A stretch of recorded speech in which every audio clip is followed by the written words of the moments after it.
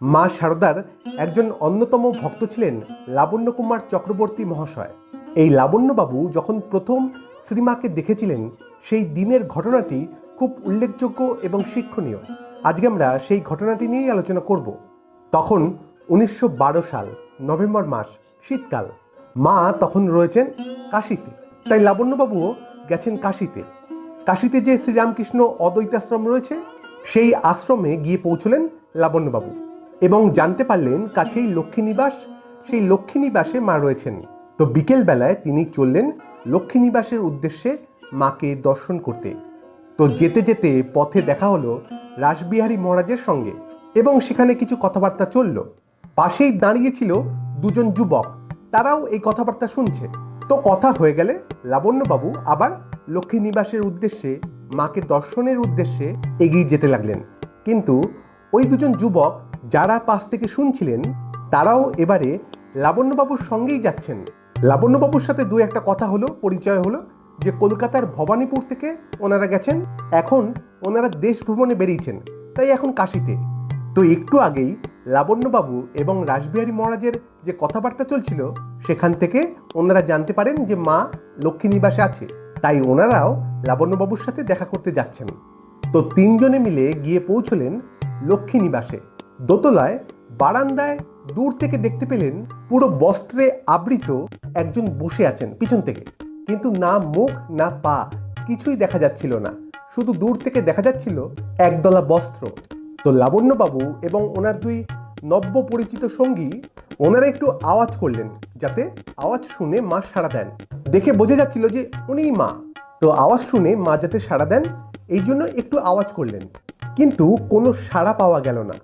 তো অগত্যা ওই দূর থেকেই ওনারা তিনজনে প্রণাম করলেন মাকে এবং নিরাশ হয়ে নেমে আসলেন নিচে। তো পথে দেখা হলো মাস্টারমশাইয়ের সঙ্গে। দেখা হতেই মাস্টারমশাই কাঁধে হাত রেখে জিজ্ঞাসা করলো, কি হে, মাতৃদর্শন হলো? লাবণ্যবাবু একাই ছিলেন, ওই দুই যুবক তাদের নিজেদের কাজে চলে গেছেন। তো একা নিরাশ লাবণ্যবাবু মাস্টারমশাইকে উত্তর দিলেন, হ্যাঁ হলো, কিন্তু মন ভরল না। যেন মনে হতে লাগলো একটা কাপড়ের পুটুলি দর্শন করে এলাম, মায়ের মুখও দেখতে পেলাম না, চরণও দেখতে পেলাম না। তো মাস্টারমশাই একটু ভেবে বলছেন, আপনি কি একা ছিলেন নাকি আপনার সঙ্গে কেউ ছিল? তখন লাবণ্যবাবু বললেন, না, আমার সঙ্গে দুজন যুবক ছিলেন। তো মাস্টারমশাই জিজ্ঞাসা করছেন, কারা, আপনার পরিচিত? তো লাবণ্যবাবু বললেন, না, আমার পরিচিত নন, তখনই দেখা হয়েছে, তখনই পরিচয় ঘটেছে। এইবার হেসে মাস্টারমশাই বললেন, বুঝতে পেরেছি কি জন্য আপনার মাতৃদর্শন হয়নি। তখন লাবণ্যবাবু উদ্বিগ্ন হয়ে বলছেন, কি জন্য? মাস্টারমশাই হাসতে হাসতে বলছেন, সঙ্গদোষে আপনার মাতৃদর্শন হয়নি। আপনি তো গেছিলেন মাতৃদর্শন করতে, মাকে দেখতে, আর ওরা গেছিল পরমহংসদেবের স্ত্রীকে দেখতে। পরমহংসদেবের অনেক নাম কি না, তাই ওই নামী মানুষটার স্ত্রী কেমন হবে যাই গিয়ে দেখে আসি, এই বোধ থেকে। কি সুন্দর বললেন মাস্টারমশাই, এখানে দুটো বোধ কি সুন্দর আলাদা করে দিলেন। একজন যাচ্ছেন মাকে দেখতে, আর একজন পরমহংসদেবের স্ত্রীকে দেখতে, দুটো এক নয়। এই দুই দর্শনের বোধ এক নয়। হয়তো ব্যক্তি একজনই, যিনি মা তিনিই পরমহংসদেবের স্ত্রী, কিন্তু দৃষ্টিভঙ্গি এক নয়। যিনি দেখছেন তার দৃষ্টিভঙ্গি এক নয়। তখন মাস্টারমশাই বললেন, তুমি চিন্তা করো না, কালকে সকালে একদম গঙ্গা স্নান করে খানিকটা ফুল, বেলপাতা, একটু মিষ্টি নিয়ে মায়ের কাছে যেও, একা যাবে, দেখবে ঠিক মাকে দেখতে পাবে।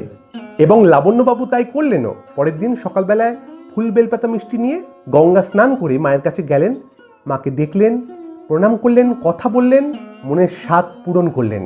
এই জন্য আমাদের সঙ্গ খুব ভেবেচিন্তে করা উচিত।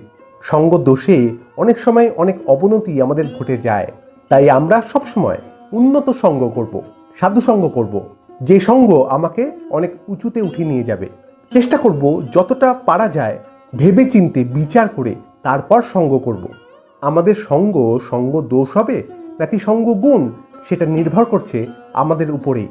আজ এই পর্যন্তই, আবার দেখা হবে অন্য কোনো আলোচনায়। ভালো থাকবেন, সুস্থ থাকবেন। ধন্যবাদ। জয় মা।